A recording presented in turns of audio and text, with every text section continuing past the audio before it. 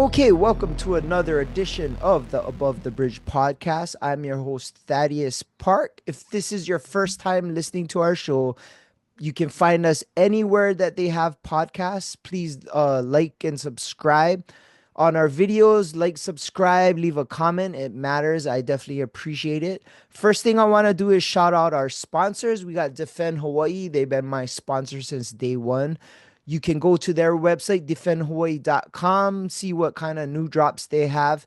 Also, their store is in Windward Mall called No One. They got everything they have in the store on their website, but go check them out, defendhawaii.com. If you use promo code ATB upon checkout, you'll get 15% off your purchase order.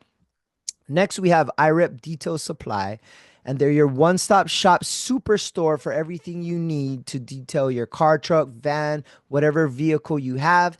They have a store in Temple Valley Shopping Center as well as one in Las Vegas. Go check them out. Also on their website, irepdetailsupply.com. Use promo code ATBPOD upon checkout. You'll get 15% off your purchase order. Last but not least, we have our medicinal mushroom company. It's Medicinal Mushroom Hawaii, and they got 4 tinctures of extracted mushrooms. If you don't know what these mushrooms do, go check it out on their website, medmushroomhigh.com. They have lion's mane, chaga, red reishi, and turkey tail, and each one of these extracted mushrooms has a different medicinal property. I take all of them every single day. The red reishi I take at night to sleep good. The rest of them I take in the morning with my coffee. But go check them out at medmushroomhigh.com. Promo code ATBPOD upon. Check out all capital letters and you'll get 45% off your first tincture of extracted mushrooms. So go check them out. Aloha.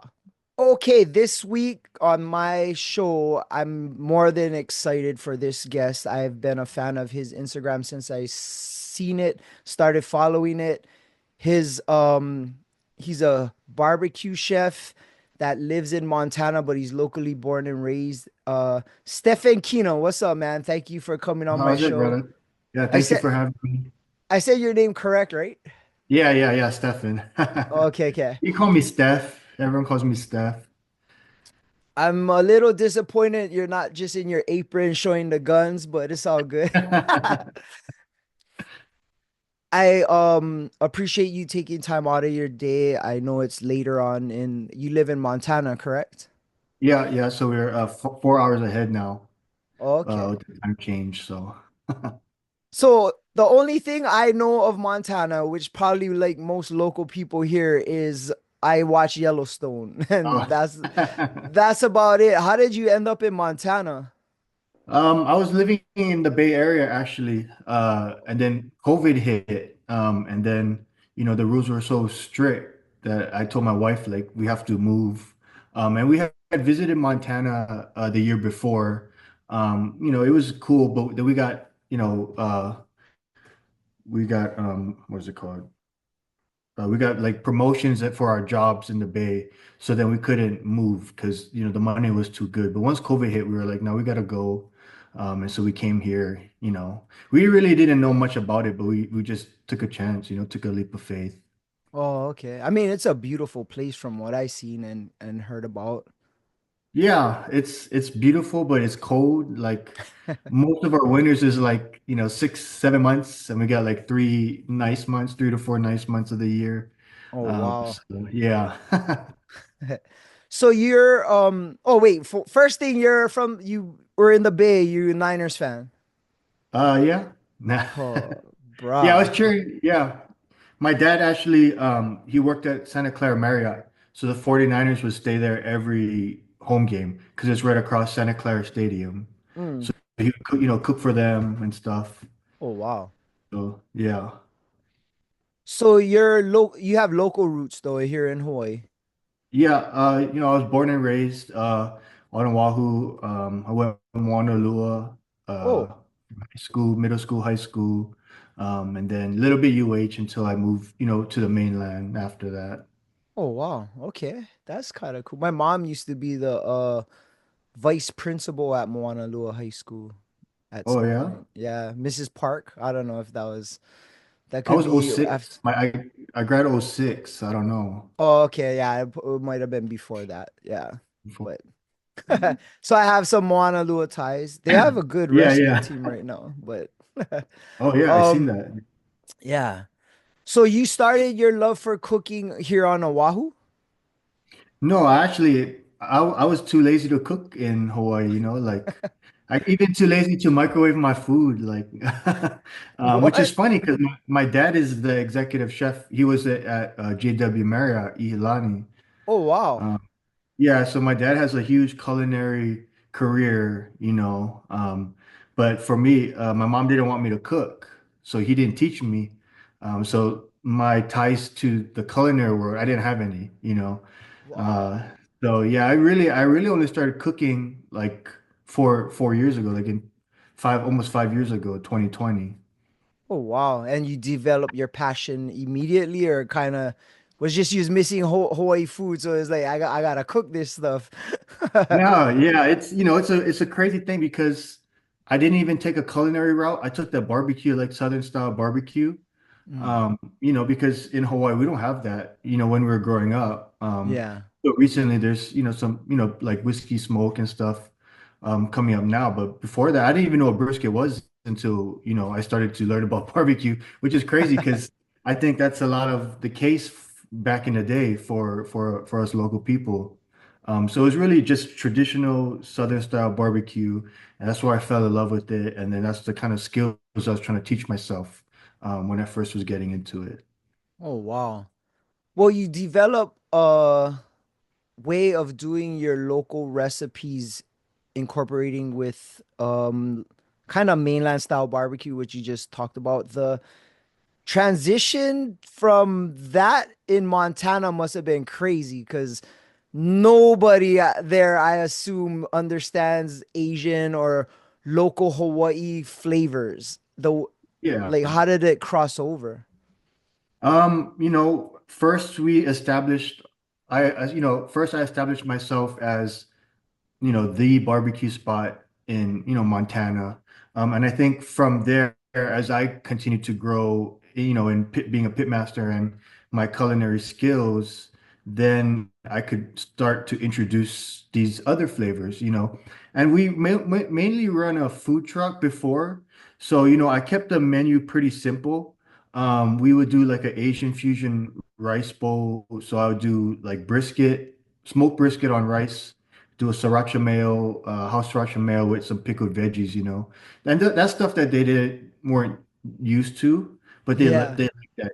Yeah, and I put the fusion in there just to draw them in because they like that word fusion. You know, That's uh, a good eye catcher. yeah, yeah, just fusion. They're like, oh yeah. Uh, and so then I started to introduce flavors and really like I wasn't incorporating Hawaiian flavors and Asian flavors until last year. Oh Uh, wow. yeah, it's just kind of been a growth for myself as somebody that works with food and flavors. I just started to kind of draw back on top all the local flavors and stuff that I grew up with. So Well, that's crazy. And I think for me, I have friends that are in different genres of different kinds of industry. And I always relate what people do as their form of art. Like one of my best friends, DJ Hoppa Boy, and how he perceives music is art and how he plays, how people draw or whatever. But cooking is a huge art form in my opinion, and to create flavors and to do stuff that people like that transcends generations and also cultures. Like to be in Montana, I would assume it's just like a big sea of white people, and to yeah. it, it, incorporate what you're doing can hit because it tastes good. Like good food can transcend anything. It can make people happy. It's just something. All they got to do is be willing to try it, and once they try it, Yeah. then it's the that's the technique. But how easy was it for you to get people to try it? or you just kind of started mixing it in with what you were originally doing? I when originally when we first started, I faced a lot of uh, stereotypes, some adversity because, here I am in Montana, like you said, it's, all like white people. But I'm trying to sell Southern barbecue. And so they would look at me and they would be hesitant, or they would come up to my tent and then they would start talking to, my friend who was, a tall white guy, asking him questions, my friend goes, "Well, I'm not the owner." Like, talk to him. And so it was pretty difficult at first, yeah, because I'm trying to like, how do I win them over? I know my food is good, and that's what you're saying, like just win them over with food. And I think that's how, that's how we became very popular here, not only from the Lord's blessing, but that I started to win them over with my flavors and my flavor profiles. And then, once we were established, then I started introducing them to, the Asians. I mean, I do whole alligators, I cook a whole alligators here. And, that's also something different, but it's also something that they haven't seen before. Yeah. And so kind of what I started to build my business on, doing things that nobody's seen or, nobody's seen before or, tasted before. Yeah, it's totally outside the box. Honestly, your food and flavors are outside the box for local cuisine. Like you, that palusami lao lao, I wouldn't even understand where that came from. Like, how would you just even think to, oh, I'm gonna try this? Like a lot of your dishes are like that. You had a spam waffle, and I showed my fiance that, and I'm like, babe, we gotta try this. Like, this looks good. And she's, how does he think of that? I'm like, I don't know, but I'm gonna ask him. Yeah, like, I have, and and I tell my wife and people this is, it's because I don't have a culinary background. So I don't have a box that I try to work in, you Oh, know, you don't. That makes sense. even for, Texas style barbecue, like when you're trained like as a pitmaster, this is it, right? These are the flavors you use. You don't go outside that box. But because I have no background in any of those things, like the sky's the limit for me. And so my approach when I look at a dish is not the traditional way. I try to view it in another way, like an outside view type, from another angle. Even when we do prepare it or cook it, how can I do it in a way that, I put a show on? Because a lot of stuff we used to do before was for public events. So Yeah. I would have my big Argentina open fire grill, and I'm utilizing the whole space, putting on a show for all the people. And so now, as I'm a content creator, that's how I think of things. Like, people are like, "Hey, try this palusami," and I was like, "What is that?" Well, it's like the coconut milk, corned beef, and potatoes, just stuff like that. And I was like, "Oh, why can't I put oxtail, or why Yo. can't you do brisket? Like, why is it just this?" Because there's different techniques, and that's how I kind of do things. I'm like, "Well, why can't I do this or this?" The first thought I think of for a dish, I'm like, "Well, that's what everyone would probably do. So let me think of something different." That's super cool. And I was gonna bring up that oxtail lao lao too, because bro, I gotta stop watching your content at work because I lose it, bruh. I'm thinking, like, I'm showing my coworkers, look at this. Like, this guy made an oxtail lao lao. Bruh, I like, some of appreciate your it. stuff just blows me away. But I feel like, how come nobody else had never thought of it? Because it seems like it would work. And I'm Yeah. thinking, I wish this guy was still in Hawaii because I'd be at his restaurant every week. Yeah, like, and that's the thing too, right? Because first, when I started off, it was just traditional, and then I'm like, okay, how can I blend Asian flavors with, Southern barbecue? And now that I'm continuing to grow and, kind of reaching back into my local culture, being in Hawaii and, Japanese, I'm like, well, how can I introduce Texas style to like Hawaiian cuisine, especially like lao lao. Why is it so one dimensional? Yeah. There's so much flavor profiles that you can do to it. And, there's always those people, those traditionalists that are like, well, it this is the way. You can't do that. And there's some of them in my comments, but like, and I pointed it out too. Like, it's important to honor the traditions of the past, but if you want culture and food to grow, you gotta like push it forward and do new things. And so I think that's been one of the biggest blessings for me, that I was able to reconnect with, Hawaii, with local people from Hawaii. Because my dishes before, if you look back, there were still I was still trying to find my way, like Yeah. trying to find what focus area. And then once my videos kind of hit in Hawaii, like then my vision was, I knew what to do, and it also got a new like love for food in me, because now I Yeah. had a direction, and now I have a connection back to people from Hawaii. Yep. And it works. You got me connected. I wanted to talk a little bit about your content and the way the world of social media works now. And it can go both ways. It could be very negative, very positive. I think from your videos personally, I feel your aloha and I also feel your passion. But you're giving away your secret. So that's what aloha is, right? Like Yeah. getting people to challenge themselves as well as showing them what you're doing step by step where they could try it at home. And that's what I really liked. I like the fact is like you could just show what you're doing, but you do it step by step so people can try it. And to me, that's what growth is, and that's what aloha is. And how has being like a social media content creator, influencer, or whatever you want to call it, like impacted your business? It's kind of crazy, because usually people start off as like a content creator, influencer, and then as they grow, then they can build their business on it. Like I was the complete opposite. Like I never even touched social media until I started, which is only like 5 months ago. I started Oh, doing wow. content. And I did have an edge, because I was already friends with all these big barbecue influencers and content creators. So that when I did start, I did have that support. Yeah. But it's been crazy, man. Like, it's been 5 months, and like it feels longer. But like, I've been really blessed with like getting some brand deals, even just, connecting with other influencers and content creators in Hawaii. Even with like connecting with you. Yeah. And I never thought it was possible. Like 5 months ago, I was too scared to stand in front of a camera to film. I was so shy.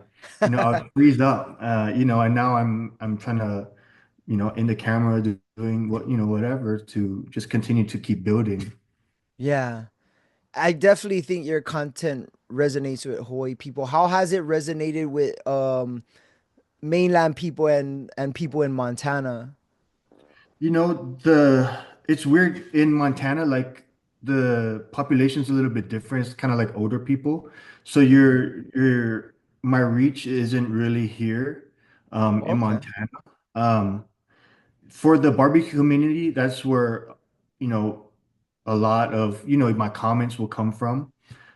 They've been enjoying it, because they haven't seen these dishes before. Yeah. I'm also like introducing them to our culture and our flavors and our dishes, because it's been so one-dimensional. And that's why, like, I don't know if you follow him, but like his name's TFTI Tone Barbecue. He's Filipino. He does Filipino and Cajun style barbecue.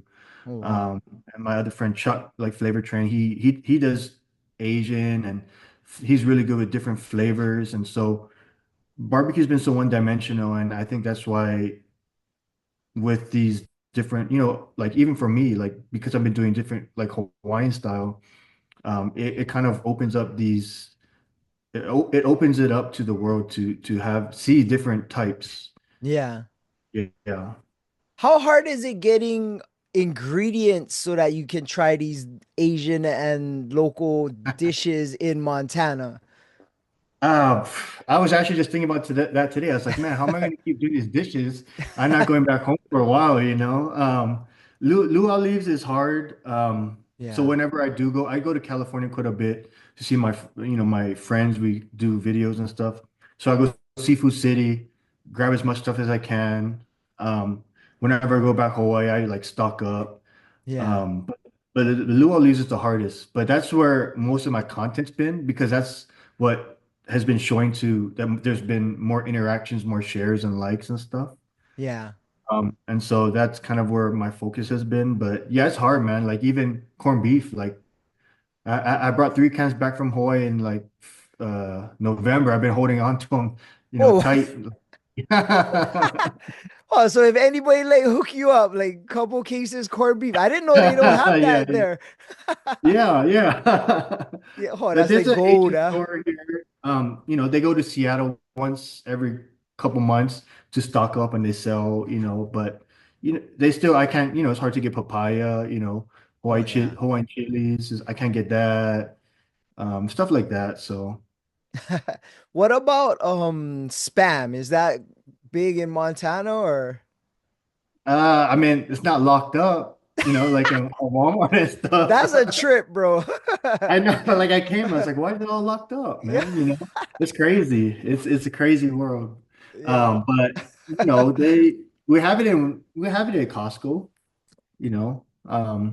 But still, I feel like people just buy it to eat, but they Yeah. don't understand the significance for us of, Yeah. of growing up with it and stuff. So That's funny. I know what I want to ask you, and this is a personal question because I barbecue. I'm not anywhere near professional or anything like that, but I try to make good stuff and I have a smoker. What is your take on like the woods that you use in the mainland versus the woods you would use here? Because I know Kiave is mesquite primarily, right? yeah, But yeah. is there a difference between Hawaii Kiave and mainland mesquite? Yes, see, that's the thing, like too, because I haven't really worked with, Kiawe, because I didn't start barbecuing till I left. Oh, yeah, But so when I was looking it up, it is part of the mesquite family. But I don't know how much. There has to be a difference where enough where it's noticeable where they distinguish one from the other. But I do know it's part of the same yeah, family. But even that, like, it's hard to find that out here because, yeah, why ship it up when you already have like yeah. mesquite. And then, So yeah, nobody trying to send you a stump of Kiave. That would cost some yeah, money to send. yeah. I'm not trying to carry that on the airplane, Yeah, like yeah. check it's so heavy. But like guava and stuff, can you get like guava wood and stuff like that up there, or is No, it'll be I difficult? want to though. I think if I do, it would be from Mexico. Oh Because yeah. the luau leaves that I buy in the mainland, they're from Mexico. That's why they're Oh a lot bigger. They're a lot way, way bigger. yeah, easier for wrap, huh? Yeah, I like it, bro. Yeah. Do you use like a traditional smoker or one of those pellet, like the Traeger? I have a 500-gallon offset from Texas. Oh wow. I have Traegers. You see it in my videos too. I work with Master Built. That's the Yeah. gravity fed. I actually like that more than the Traegers. Or I work with I can't say Traeger because I don't work with them. I work with Green Mountain Grill. Oh, okay. The There, big egg. there's a good one. Yeah, Green Mountain Grill, and that's a good pellet one. The gravity fed I like because you use real charcoal, so you can use real wood. Mm, So you get the real wood flavor. Um, so that's the reason why I like the master built. But yeah, I'm versatile. Like my favorite way of cooking is actually open fire. yeah. Um, it's just much more of an art because you're controlling the fire. You're controlling the way the meat cooks by how you hang it. Mm, Um, and so it's just a lot more fun. It's a lot more yeah. show, and no, not much people do it. So you know you you can assess, people can smoke meat, but to control a fire is a lot harder for sure. Oh yeah. And I cheat. I use a sous vide to so I can't overcook, I can't undercook. So Yeah, me, yeah. I would do brisket or prime rib. I would sous vide it for a couple days with the spices or whatever. And from there I'll put it in a ice bath and then I'll throw it in my smoker with Chiave chips in the bottom. And Chiave is a pain in the ass to cut, by the way. It's the most dense wood, and it comes out good. Like for me, I know from what I've learned from my dad is that when you use Chiave, it has to be a flavor. It can't be to cook your meat. You know what I mean? Like you want that Yeah. flavor, but not that bite where you that's the only flavor you're getting. So I learned some stuff from him in that aspect, but I like the fact that you're versatile and can do an open flame because that could go south real quick. Like you could mess up your food real quick if you're not paying attention or what. So like that's legit. Like that's legit Pitmaster. You know what I mean? Yeah, man. Like, yeah, and that's kind of where I started to grow creativity wise, was open fire cooking. I'm friends with some of the biggest open fire names in this country. And like I cook a whole cow on an Argentina cross. I help my friend. He builds the crosses and then he cooks whole cows on them. Like a 24-hour cook, you know. And I get to help them with that, or like whole pigs, whole alligators, even whole mountain lions, Yeah. I've got to be a part of doing those type of things. So, and so it means a lot now that I can reconnect with people from Hawaii because I'm doing all these cool things and they don't know, you know, Yeah, yeah, but now as I grow, they can understand all the work that I've been doing to try to represent them, in the mainland. yeah. And I did see your video with Chef Kale. You Oh yeah. had a mountain lion monopore, right? Yeah, yeah. You guys Uh, literally put cat in monopore. Like that's yeah. That that's was fun, man. crazy. I had to taste it. My friend Mari, she's the one that made the Manapul dough and stuff and had the Okay. idea. Bro, I tasted just like Manapul. Like I wouldn't even know. That's scary, bro. Yeah, yeah. But to do that, how did like you just mountain lion is a meat you can buy at the store in Montana. Like any like is Well, so mountain lion. So I do like bear and mountain lion. Those are the wild animals I cook here. okay.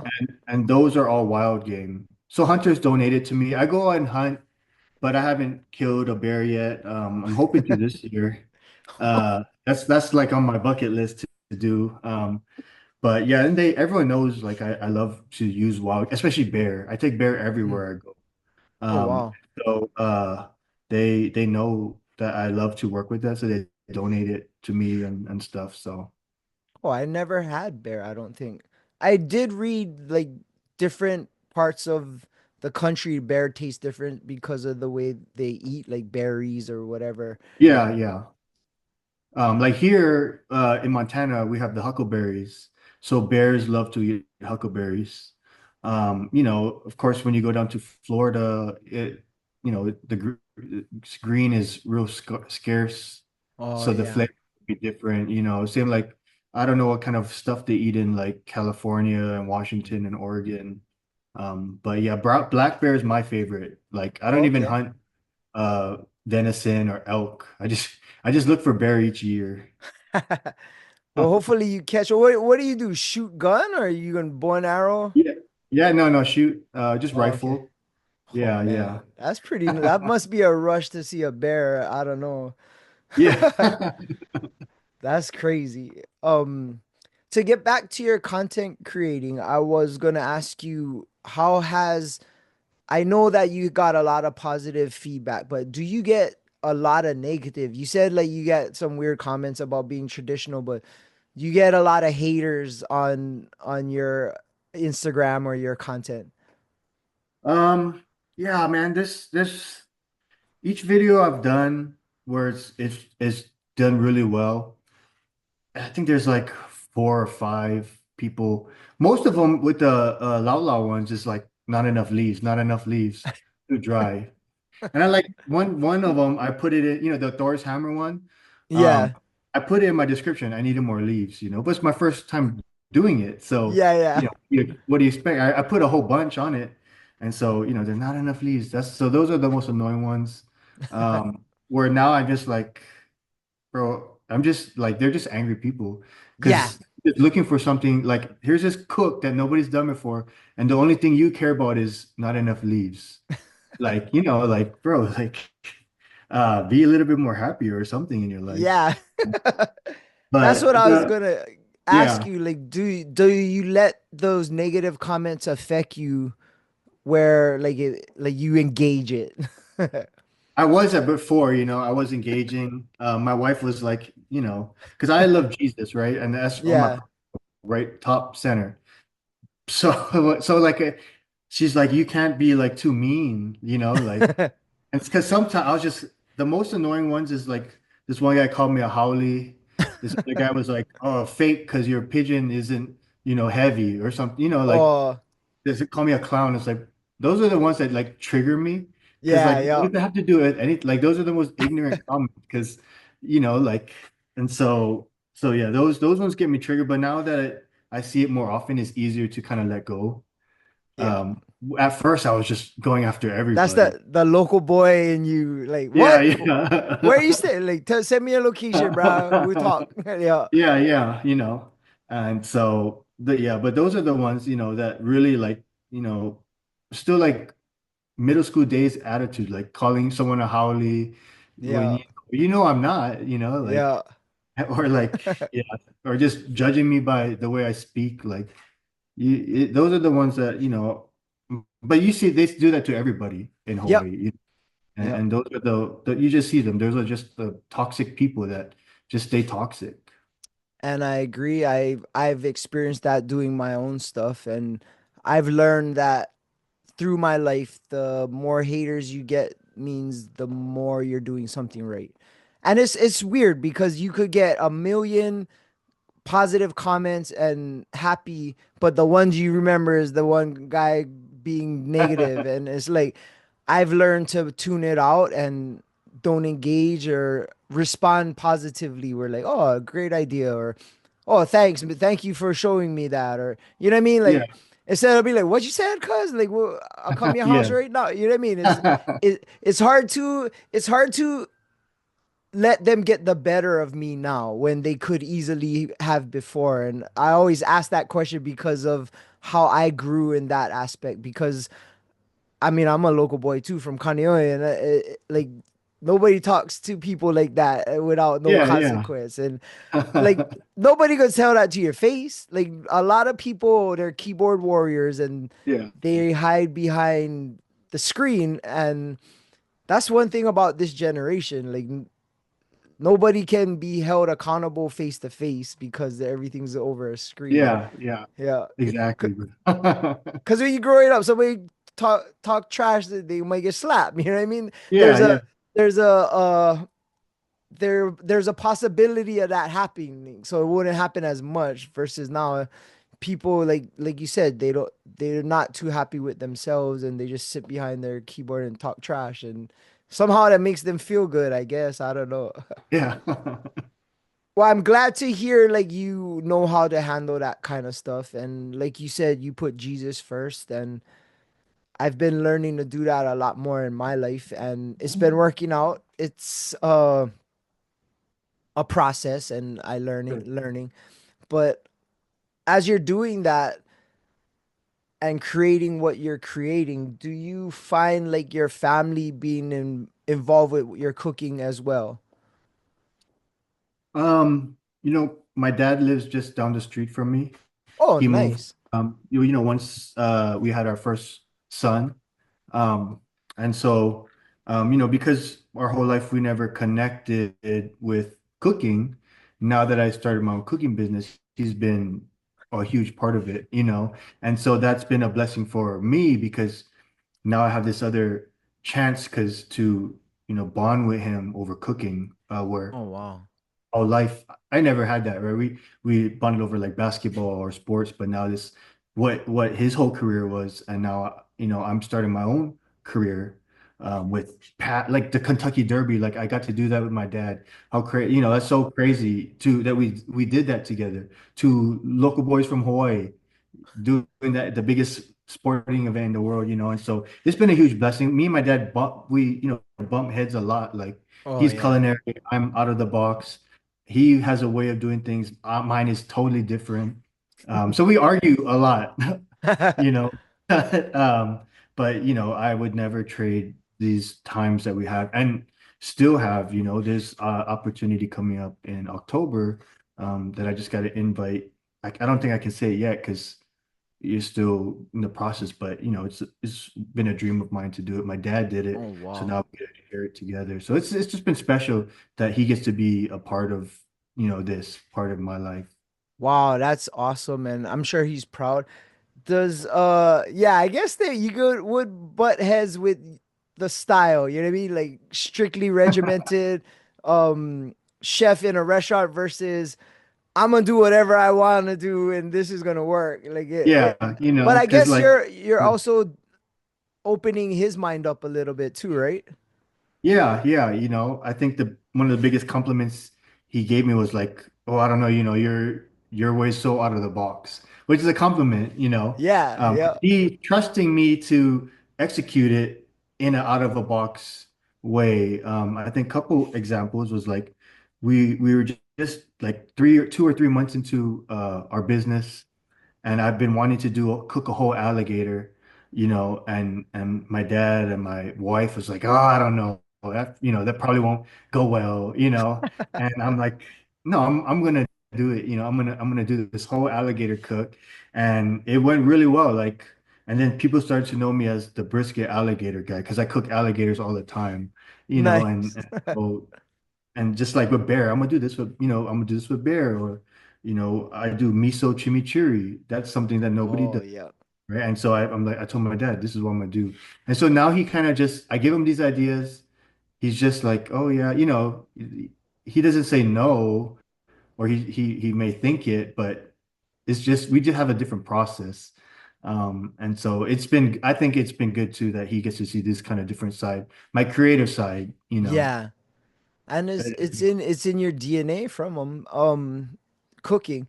Yeah. Does how how crazy was doing the Kentucky Derby? And like you said, that's one of the biggest sporting events on earth, and that's the biggest horse race that you can think of. Like, Yeah. what did you get to do, and how? Like, what happened? Like, what? How did you even get to do that? Yeah, so like I said, my dad was a chef, executive chef at Ihilani, but he started when they opened just as a regular chef. There was one of his first executive chefs there. He was a CEO of a company that does events. So I just reached out to him last year in the beginning. Just was like, hey, I'm Chef Jason's son, and this is what we do. And I didn't expect anything of it.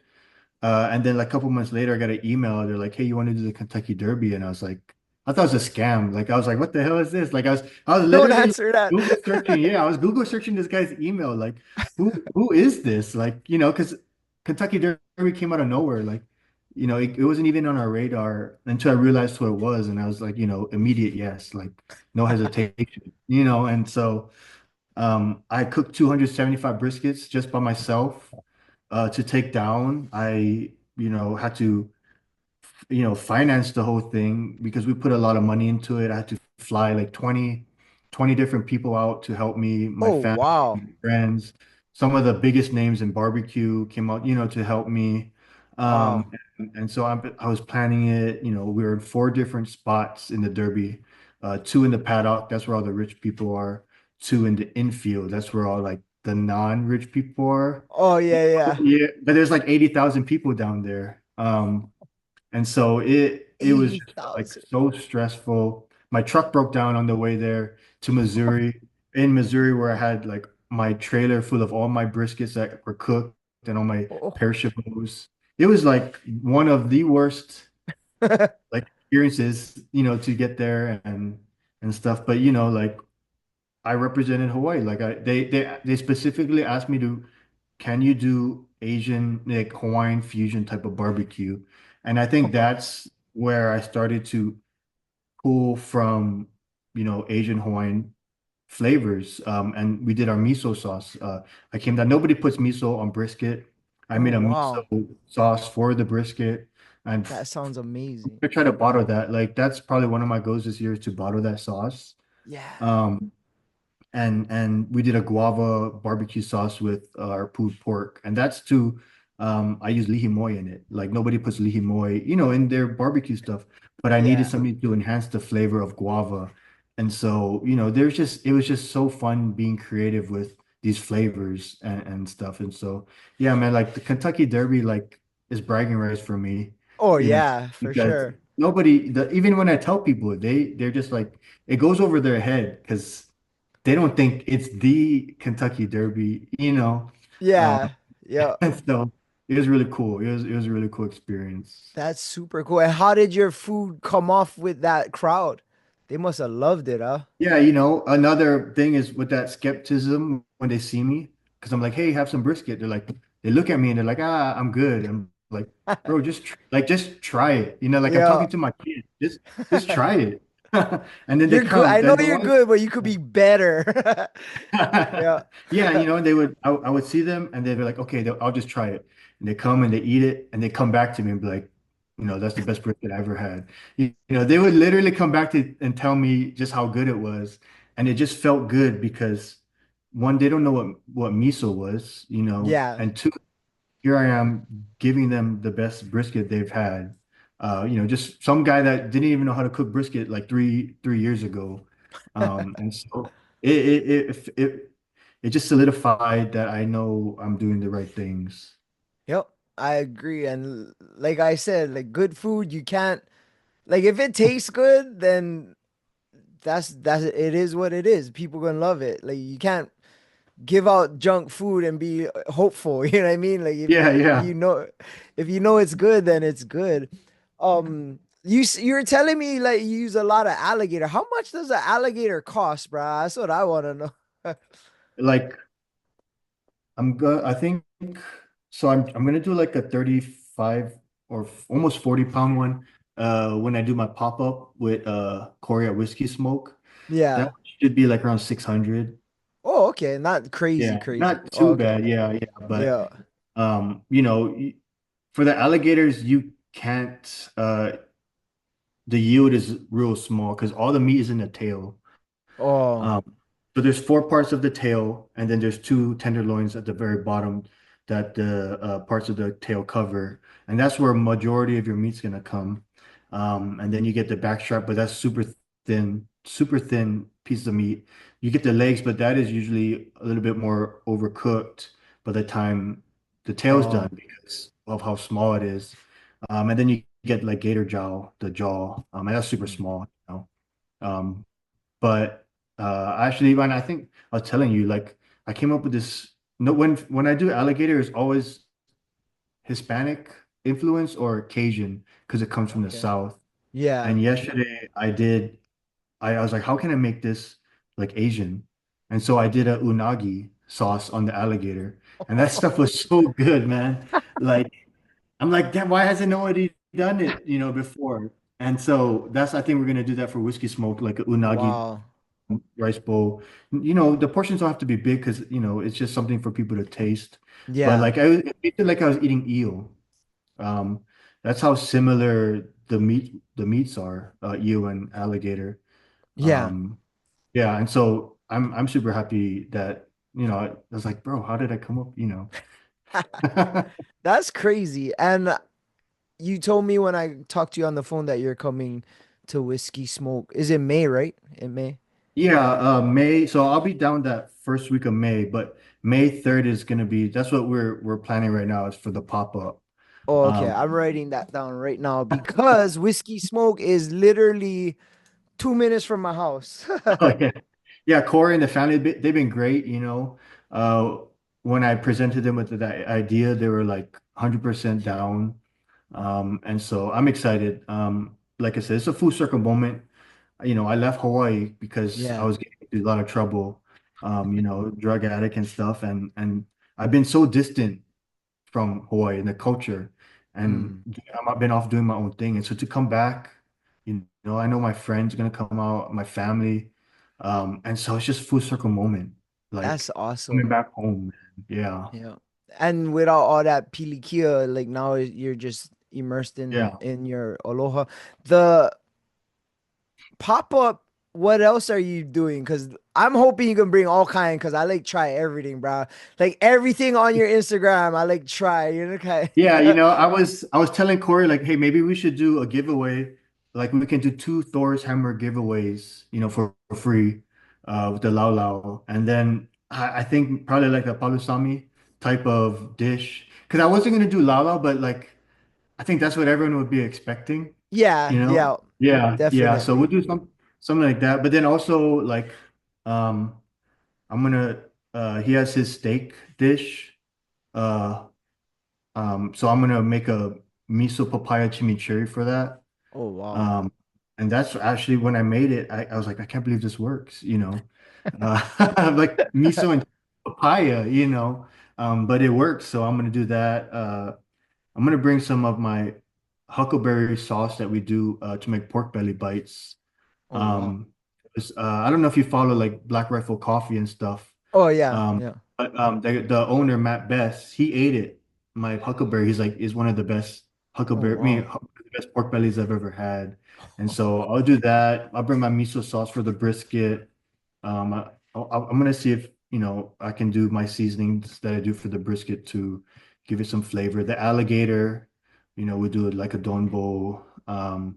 And so yeah, and then yeah, probably palusami. Just I love the coconut flavor, Oh you yeah, know. I love coconut Coconut milk. milk. Yeah, I, I definitely am excited for that. I definitely will be there, 100%. I As long as I'm appreciate on the it. island, I'm definitely gonna be there because I've been wanting to try your food. I want to ask, like, have you ever missed like you're trying some flavors and you're like, oh no, this isn't it. Yeah, yeah. Actually, one of them I was trying to do like a Asian pastrami. So I would take out all the pickling spices and replace it with Asian flavors like star anise and stuff. Oh, okay. That one did not turn out well at all. Like I made the video and I didn't even, I had to throw it all away, the video, the food. And I think one of that was I didn't brine it long enough, so the flavors didn't get through. And Oh, the brisket was way too small. So it just didn't have enough fat. It was just dry. The cow was too young. oh, I Um, see. yeah, so I was experimenting a lot before, because I was still kind of trying to find my way. Yeah. Actually, one video, I think it hit 4 million, was my caveman steak, Lau Lau. That one turned out terrible, man. Like one was because my son was like wanted me to sleep with him already, so I had to stop the cook. So I was like, okay, I'll try to finish it. The thing was so tough still. Uh, I gave all that meat to my dad. I was like, just make stew, like you know. So yeah, like I don't try to not like if the video I'm making is good quality, if it doesn't pan out, I'll post it, like Yeah. show hits because Yeah. that's not how cooking is. Yep. I Uh, was gonna say you gotta so post those when it doesn't come out and it's like, I tried. We'll try something yeah, else. Like what? Wait for the next one. And then, yeah, yeah. yeah. But I try not to, I try not to like lead them on. Like in that video, I was like, yeah, it didn't turn out. Yeah, And yeah, yeah. just let them know. But it hit 4 million, so I don't know. People like to see failure, maybe. I don't Yeah, know. yeah, I think so. How did you learn how to do content creating and like who's filming all your stuff? You know what I mean? Yeah. Like, Like so I film everything myself. I edit it all. okay. And like I said, like 5 months ago, I don't know how to film. I don't know how to edit. I never thought that I would be making content because of how illiterate I was with technology. And so, but like I said before, like I've been really blessed with the friends who are content creators and influencers who like mentor me and guide me. Nice. Man, I talk to them like almost every day. I flew out to TFTI's house to get instructions and advice on how to film and stuff. And so a lot of studying, like I think for the first 3 months, I was studying how to film, how to edit, how to do different camera angles. And I just kept upgrading my equipment because I was like, I just want to push out the best quality that I can. Yeah. And I think that translates from when I was doing food. It's like I just want to keep getting better, and so that went into content creating where, I'm not happy where I'm at, but I'm happy of the progress. Yeah. And that's what life is. Like you can't be complacent. Does what do you use to oh sorry, what do you use to edit?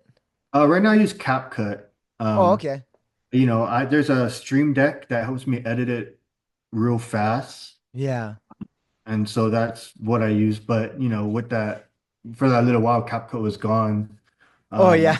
Um, and so I was like, shoot. But like, there's like those other ones like Adobe Premiere, Adobe Pro, and Yeah. DaVinci. Those are just kind of intimidating for me Mm. because it's just kind of like 10 levels above CapCut. Yeah. Um, but I think the next goal for me is learning how to color grade, where then I can get these bigger, programs and stuff. Yep. And same with me when I had a producer when I first started this show and he got promoted so he couldn't his time availability was bad and he reluctantly had to stop. So for me to continue, I had to learn my own stuff and my friend Hoppa Boy, he does video. I don't know if you remember Tiny Tadani. His that's Oh his yeah, dad. yeah. Yeah, Tiny Oh yeah. T. That's his dad. So he learned he edited the dad's show, and he's like, "Bro, just edit your own stuff." And I'm like, "Okay, what do I do?" He's like, "Just use iMovie on Apple because it's free." So I did it, and within 2 weeks, 2 episodes, he's like, "Bro, you outgrew that. Go buy Final Cut Pro." I mean, there's no way that thing is $300. Like, I'm not trying to Yeah, buy a yeah. program I don't even know how to use. He's like, dude, just I'll help you. And of course, University of YouTube, you can learn anything. Yeah, And yeah.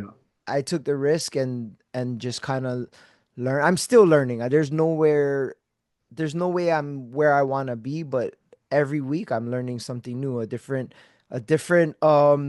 key or a different thing you can do or a trick or and it's been cool to learn something new as you get older and being excited about it. So it's kind of twofold. You're learning different ways to cook your food and like you said, you're learning how to be a creator and it resonates with your fans and you're growing quick. 5 months, you got like almost 20,000 followers. And Yeah, the thing that resonates with me is the humbleness. You're very humble and your delivery is very local, and I like that. And right, I wish you could. There was a app where you could smell what appreciate is going on because some of your stuff is like, brah, that thing looks amazing and it's yeah. I was talking about your brisket. You didn't even need a knife to get into it. Is I don't know.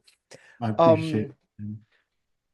in your future, what do you see? Like I honestly, I could see you in one of those shows I watch on TV, like Pitmaster or the barbecue championships or one of those. Like I Yeah. think you would flip that game upside down, like with all their traditional ways of doing it. You'd come in and just wreck house, and they would. I mean, you would impress a lot of people, man. I hope that's Yeah. in your future. Yeah, like well, like I told you, I think in next week, the 23rd, I'll be on Kitchen Scraps. Yep, Chef Kale, I'm yeah, excited for that. Yeah. I'm not challenging him, but that's the one he was on. yeah, Um, yeah. yeah, and so I'm excited for that.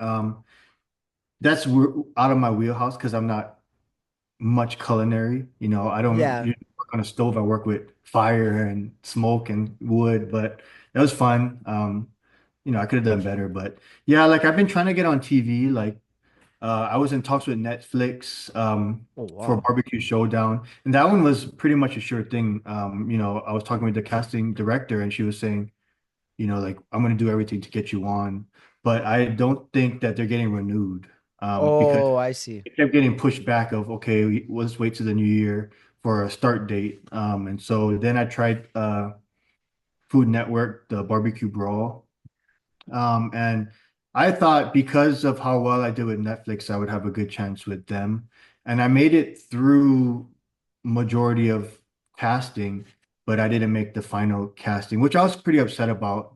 Yeah. I know some people that's like my friend delivered equipment for that show, and he let me know the kind of some people there, and I knew there was gonna be one Asian there, right? Because they gotta pick, Yeah, at least yeah, Asian, right? yeah. And I was like, what other Asian could they have chosen? It's a me because I really, like you said, like I'm not trying to brag, but I can bring stuff that nobody else has been doing. Yeah. So I thought that they would want that, and they didn't. And the person that they brought, I still don't know why they brought that person. Um, you know, so but uh, you know, I've been trusting God up to this point.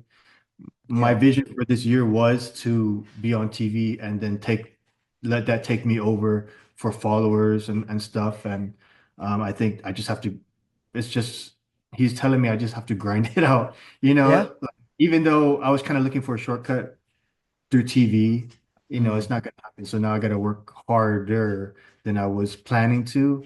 But just the opportunity came yesterday, like I was telling you, that I'm super excited about, and that's a dream come true. And we have a lot of other big things planned in the barbecue world. That's So cool. yeah, but Hawaii was never in our picture until my videos hit, which is Yeah. and so maybe so I don't know what God has for that for Hawaii. Like, you know, Yeah. somehow maybe He brings us back. That would be Yeah. like a super divine intervention because the cost of living and Oh everything. But yeah. Yeah. but if He wants, if He wants us there, we'll be there. And so yeah, it's just kind of unknown. We're just taking it. This year is just step by faith, walk by faith. So That's awesome. And you have to learn how to realize the signs. And that's what I've been learning. Like I've been learning to listen to the signs of how God is kind of trying to shape your life. yeah, I don't think like the year's not even half done yet, bro. Like you still could be on TV and yeah, like grinding it out, that'll never change. I feel like you'll still be grinding it out even if you was on TV, and it couldn't be a shortcut. It could be just another step in your journey. You know what I mean? And yeah, like you could have your own show on Food Network for all we know. Like could sky's the limit. There's no cap, and because like you said, you're thinking outside the box.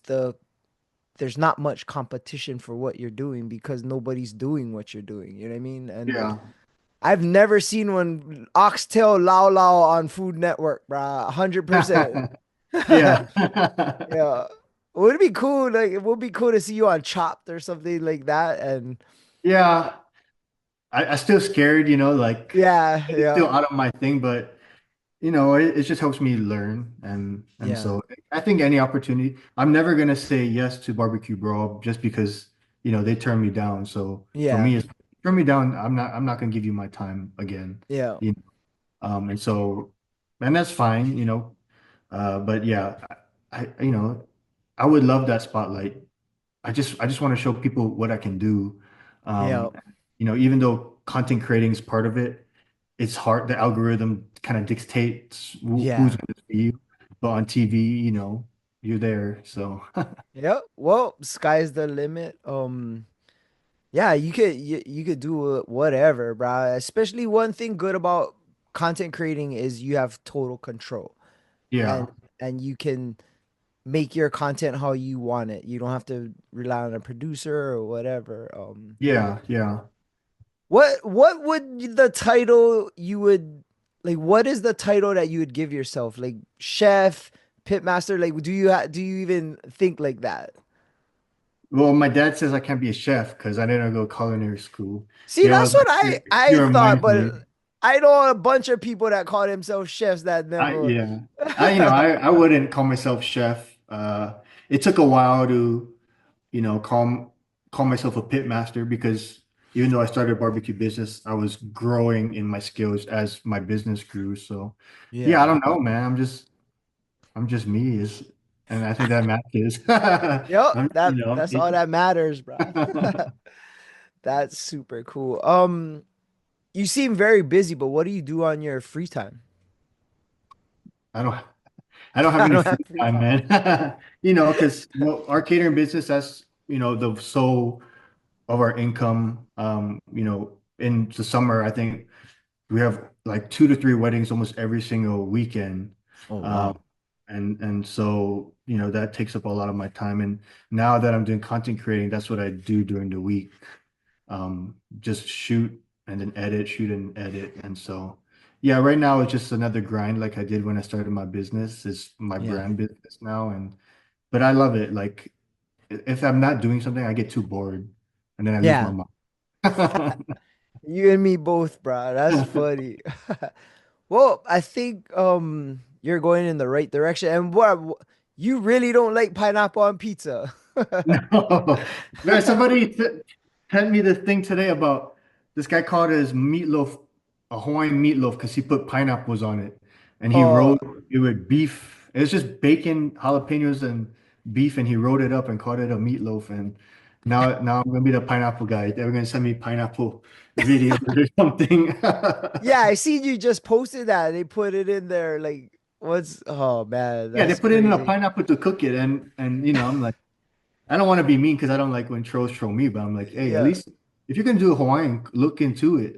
yeah. Look into flavors, you Plus, know? two, pineapple's not even Hawaiian. Yeah. Like it, it was brought here. We grew it, but it's not Yeah, yeah. local. You know what I mean? Just Hey, like that's what lomi someone said there. salmon.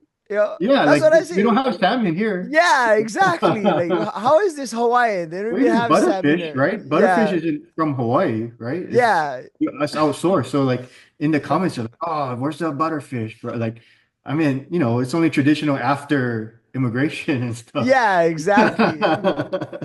It's super funny, bro. At least the main thing is whatever lao lao you may get fat inside. You know Yeah, yeah, what I mean? yeah. Cannot be dry. Yeah, I know that's because I'm gonna get like and when I do the videos, I always make sure it don't look dry because I'm like, there's gonna be one or two Yeah. just telling me like dry, dry. Like, yeah, I know, okay. Like, Gotta have that shine on there. I Yeah. know. Well, we've been going for about an hour, and I definitely appreciate your time. I know it's late up there. One more time, when are you gonna be here in Hawaii for that whiskey smoke? So for a whiskey smoke, it should be May 3rd at Whiskey Smoke 808. And that's here in Kaneohe. And for your content, where can people find you on Instagram or whatever social Instagram, media you got? Yeah, 406 underscore BBQ. Yeah, that's that's awesome. I'm still trying to build my other platforms. So right now, Instagram is my main one. And for us, our website is atbpod.com. You can check us out on Instagram, Above the Bridge Podcast. Our YouTube for all these videos are Above the Bridge Podcast. And my Instagram is Thaddy Daddy High. All right. And what I want to know is two things. When is your cookbook coming out? Because I want that. And then when you start selling your sauces, that's gonna be unreal. Like, Yeah. Um, I'm still trying to find a supplier or producer for my sauce. But that's my main goal. My cookbook, if I get bigger, I'll put one out. But yeah, if you want to stay tuned, I'll do a plug for my friend TFTI. His cookbook comes out in May. You can find him on, Amazon. It's Cajun, Filipino style barbecue. So. that's awesome. I know what to ask you. Are you sponsored by anybody? I work with brands, so Master Built, Local Cookers. Local Cookers is my main ambassador program that I'm with. So yeah. What about Aloha Shoyu? Because you've been blowing Oh them yeah. up. Yeah. I've been, communicating a lot. And I'm actually gonna go visit them next week in Vegas. Oh, nice. Gonna tour the warehouse. So, hopefully we can talk some Yeah, stuff. they need to get you locked in because even my fiance was like, "Oh, he must be sponsored by Aloha Shoyu because he." I was like, "No, that's probably just because it's the best soyu." Like, you know what Yeah, I yeah, mean? yeah. Yeah, they send me stuff and I want to use it, but that's the brand that I want to build a good relationship with. Yeah, for Yeah. sure. Right on. Well, thanks again for coming on. I will definitely be there May 3rd, bro. I don't think I'm gonna be off island, and if I don't go, I'm gonna kill myself for not trying. Like, I've been waiting for you to. When I first seen your stuff, like you were doing that stuff with Chef Kale, and I was like, oh, he's here. He's on Hawaii. And then I'm looking like, oh no, he's not here. And yeah, but I definitely appreciate you taking time out. I definitely appreciate you being down to come on my show, and Oh yeah. I hope more people in Hawaii gets uh in tune to what you're doing, and I think you're gonna blow up big, bruh. I think I'm just when you're have your own show on Food Network and stuff, you gotta come back on my show, man. Yeah, Garen's, bro, Garen's. But Right. I appreciate the support, man. It means a lot. All the support from everybody, in Hawaii. I wouldn't be here without them, really. And so I'm grateful to you and everybody. So thank you. Yep. And next time you're on my show, we'll both wear aprons, and Different tank tops, yeah, yeah. yeah, I'll get a little more jacked up. Cause Brian, you look intimidating on your videos, and then people see you or hear you talking. It's like, oh, that guy's just straight cool. You know Yeah, yeah. what I mean? I don't know. People sometimes with tattoos and like big is like, what is this guy doing? Like, yep. Anyways, shakas for the cameras. We're out. Shout out to the Artist Group Network. Aloha.